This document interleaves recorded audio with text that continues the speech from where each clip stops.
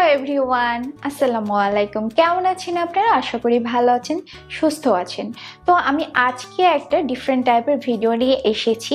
আজকে যখন আমি ঘুম থেকে উঠি তখন আমি ফেসবুকে একটা নিউজ দেখতে পাই যে টিনেজ বয়সী, মানে বলতে গেলে একটা বাচ্চা ছেলে মারা গিয়েছে।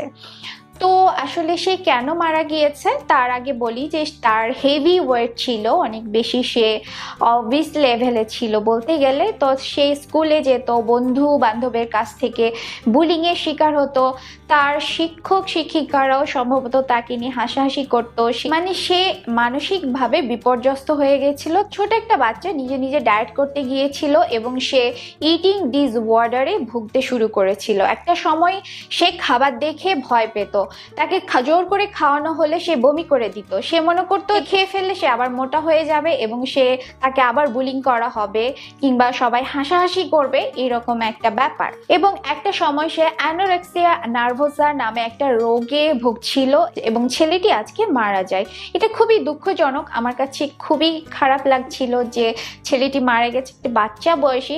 আমি নিজের কথাও বলবো যে আমি যখন ছোট ছিলাম, বলেছি একটা ভিডিওতে যে আমি খুব নাদুস নুদুস ছিলাম, তো আমাকেও সবাই মোটা মোটা করে খ্যাপাতো। তো আমার খুব খারাপ লাগতো, এমনকি যেসব বাচ্চারা আমাকে মোটা মোটা বলতো বা স্কুলে মোটা মোটা বলতো, আমি চেষ্টা করতাম তাদের থেকে লুকিয়ে থাকার, মানে তাদের সামনে যেতাম না, কারণ গেলে আমাকে মোটা মোটা করতো, এমন একটা অবস্থা আমারও ছিল। তাই আমি ব্যাপারটা ফিল করতে পারছি যে ছোটবেলায় একটা একটু হেভি ওয়েট থাকলে যে মোটা মোটা করে কি করে বুলিংয়ের শিকার হতে হয়।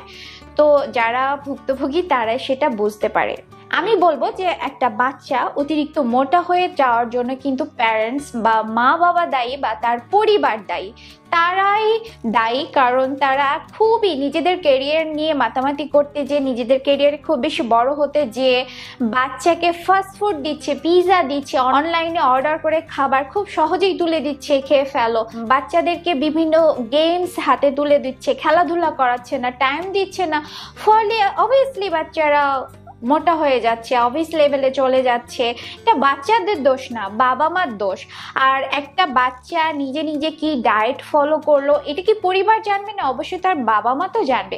বাবা মাই তাকে শেখাবে যে আসলে কিভাবে সে ডায়েট করবে, কিংবা যদি বাবা মারা বাসায় রান্না করা খাবারটা খেতে দেন, একটু খেলাধুলা করান, তাহলে কিন্তু একটা বাচ্চা সুস্থ থাকে। আমি একটা জিনিস লক্ষ্য করেছি যে বাচ্চারা যখন জন্মায় তারপরে দেখা যায় যে 4 থেকে 10 মাস পর্যন্ত বেবি ফ্যাট থাকে, মানে একটু তখন বাচ্চারা গাবদু গুবদু হয়ে যায়, বেবি ফ্যাট থাকে।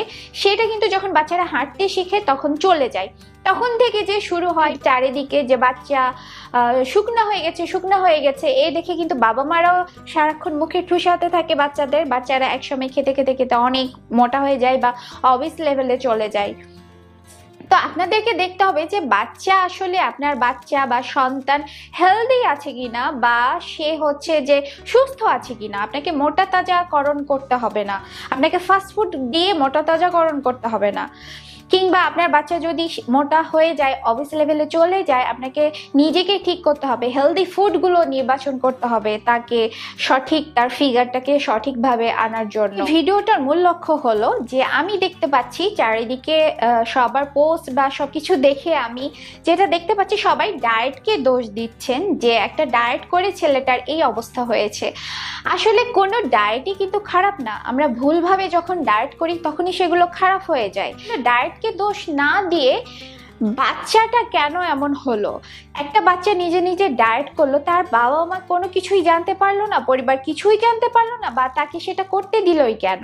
তো এই জন্য এই ভুলগুলো থেকে শিক্ষা গ্রহণ করা উচিত বাবা মায়ের, কিংবা সকল বাবা মায়ের আসলে শিক্ষা নেওয়া উচিত। আরেকটা কথা বলি, অনেকে আছেন যে বাচ্চা ছেলে মেয়েদেরকে এক্সারসাইজ করতে দেন না বাবা মারা। আমাকে কিছুদিন আগে একটা মেয়ে কমেন্ট করেছিল যে তার বয়স 14 না 15 বছর হবে হয়তো বা, সে যখন এক্সারসাইজ করতে চায় তার মা বলে যে না, এক্সারসাইজ করা যাবে না, ডায়েট করা যাবে না। কিন্তু মেয়েটা একটু হেভি ওয়েট হয়ে গিয়েছিল।